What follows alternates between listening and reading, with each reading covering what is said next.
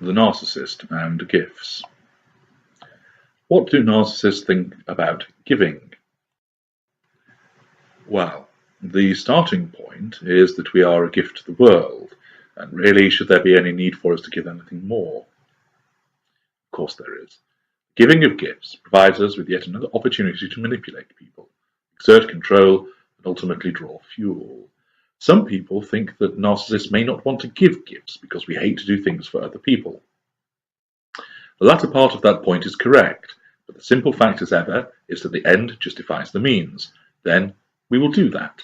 And if that means parting with some of our money to purchase a gift and spending some time selecting it, then so be it.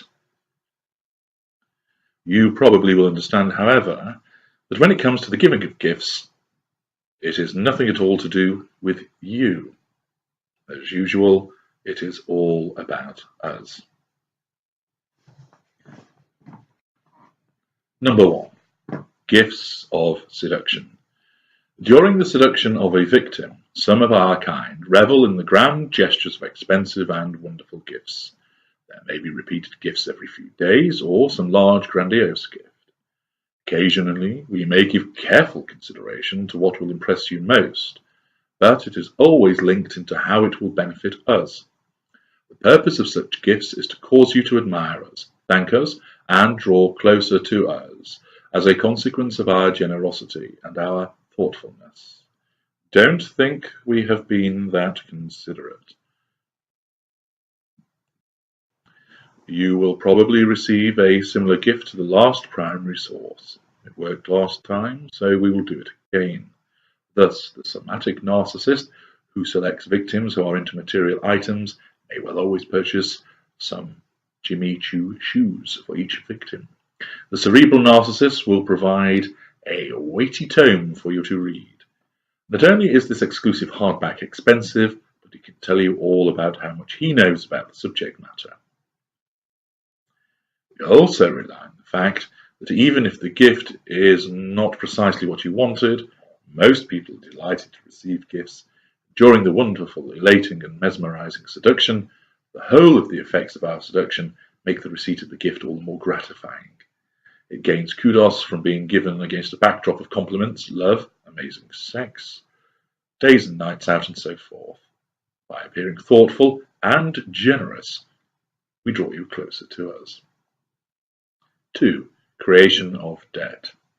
We only give you a gift in order to get something we want, and the provision of a gift automatically creates a debt in our mind. It might be that we will control you through this gift. It might be that we use it to gain fuel or to mollify you if we think you are on the brink of leaving us and denying us our fuel. No matter how lavish or expensive the gift, there will be a price to pay for it, either now or later. 3. Creating the favorite. We often use gifts to create a favorite and generate division. For instance, if we have 3 nephews who are still young children, we may give one a larger and more expensive gift and smaller and less expensive gifts to the other 2. And it is obvious. Children will react to this with jealousy, petulance, and upset, which will generate fuel. It does not stop there. The parents of the nephews may well react to this unequal treatment, so there is more fuel forthcoming.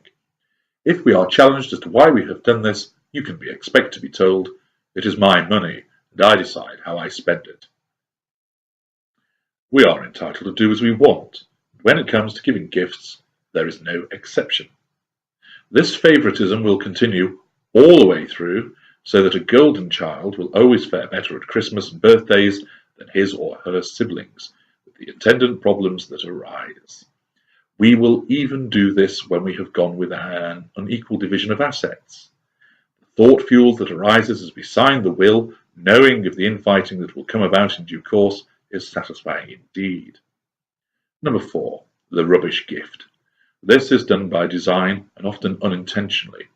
Since we lack empathy, we see no need to consider what somebody else might really want for their birthday. Thus, we provide them with a hideous jumper that is too big or a garish ornament. The look of dejection and disappointment on that person's face when they receive a book about butterflies produces a good dose of fuel for us. Of course, if they do not seem appropriately happy, This allows us to roll out comments such as, "But I thought you loved butterflies. I looked everywhere for that gift. You should be grateful that you got anything at all. We know you don't like butterflies. We found the gift in the bargain bin at the supermarket, and we know you won't be grateful. We don't want you to be, so we can provoke you for some more fuel." 5. The residual fuel. Flowing from the rubbish gift is the expectation that when we next call around, the hideous statue of what is meant to be two dolphins in the foam, but looks more like a frothing Quasimodo, it should be pride of place on your mantelpiece. Alternatively, you should be wearing that migraine-inducing jumper. If you are not, you can expect us to play the victim and make you feel guilty if we're not showcasing our generous gift. 6. The wrong gift. The cousin of the rubbish gift. This gift may be a good gift, but it is the wrong one. You may already have one of these items already, and a second one is of no use. It might be that you asked for a handbag in black, and we bought you one in brown, even though it is the same make. The shoe size might be 2 sizes out either way, the ring too small, the lingerie too small. We do this because you see the wrapped item and recognize it to be the item you have asked for, and your excitement mounts, only then to be dashed by this narrow miss. Yes, you may be able to exchange it, but we have lost the receipt and such like, and we will still make a song and dance if you point out that it is the wrong gift, or if you fail to look suitably happy. You can expect comments such as, "You have one already? Well, a spare shoehorn is always handy. It is too tight. Not my fault you put weight on, is it? You told me size 7. Yes, you did. Stop trying to blame me for your mistake. So what if it is a different colour? You should appreciate I bought you something." 7. Forgetting a gift. It always provides us with fuel when you expect a gift and none is forthcoming. We derive amusement from you seeing waiting all day, expecting delivery to the door, or hunting around the house, thinking we have hidden your gift. When evening comes and no gift has been forthcoming, your annoyance, upset, or dismay provides us with further fuel. We will, of course, apply selective amnesia or deflection to the situation. We will say things such as, "I thought the anniversary was next week. It's only Valentine's Day. You shouldn't expect a gift. You are too old to receive birthday presents now. Is it your birthday today? Oh, I thought it was on the 21st. 8. My gift. You are expecting a gift, and there is something expensive sat on the dining table. It is not given to you, but sits there all day until you eventually ask if it is for you, only to be told it is not, and it is for me. Cue crestfallen look and more fuel. 9. The respite and Hoover gift. Part of the seduction family. If we want to bring you back into the formal relationship following discard or escape, or if we want to reinstate the golden period, we will supply you with gifts again and endeavour to make them thoughtful so that you can provide us with positive fuel and we draw you back to us. 10. Future faking. Gifts are not immune from us, always promising to buy you something amazing for that forthcoming birthday. This keeps you bound to us.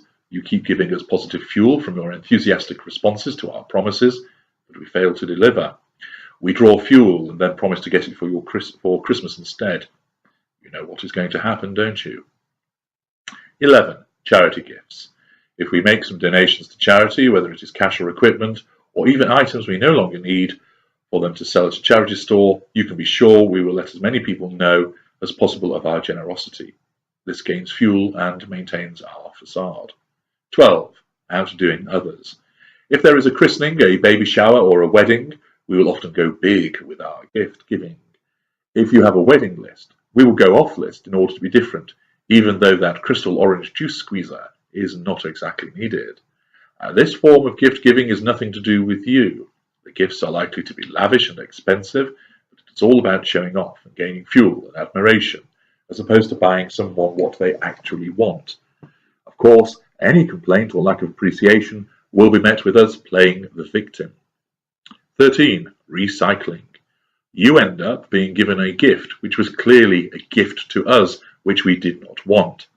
In some examples, we may have even left the gift tag on, showing that it was from somebody else to enable us to gain an added reaction. We considered those lavender bath bombs we received to be a total insult, so next door can now have them as a housewarming gift. Even beyond this, we may even give you as a gift something you gave to us.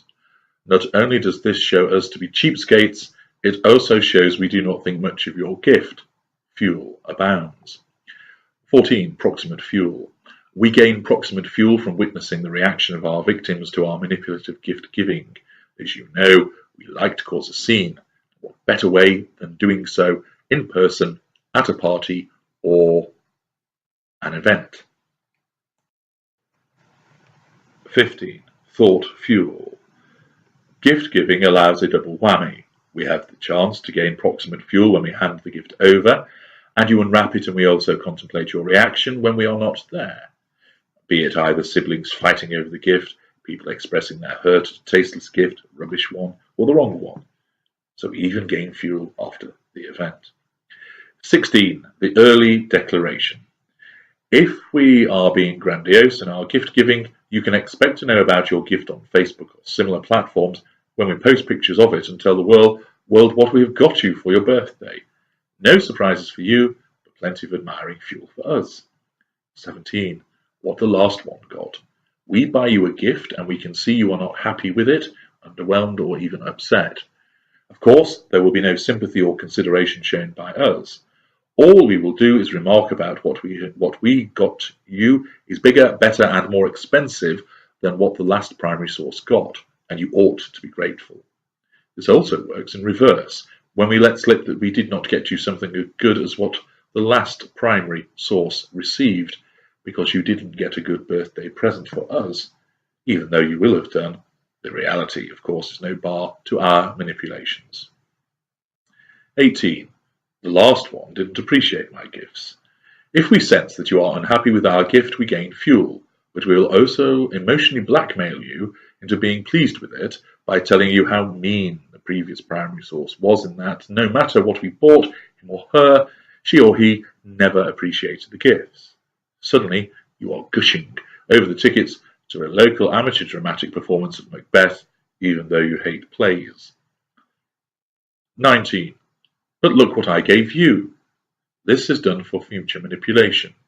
If you fail to do something in the future, fail to submit and do what we want, we will hark back and do so repeatedly to that marvellous, rare and expensive gift we once got you. As I mentioned earlier, you always end up paying for the gift in some way. 20. The target. The gift we have given you, and one which you like and cherish, is used in the future as a device to manipulate you and draw fuel from you. We threaten to break the gift, or we do break it. We hide it or take it from you. After all, what is ours remains ours, and what is yours is still ours anyway, since we are entitled and do not recognize boundaries. Gifts and the act of providing us with so many opportunities to draw fuel, both positive and negative, from people, bind people to us, control them, and manipulate them. What is your experience of the narcissist and gifts?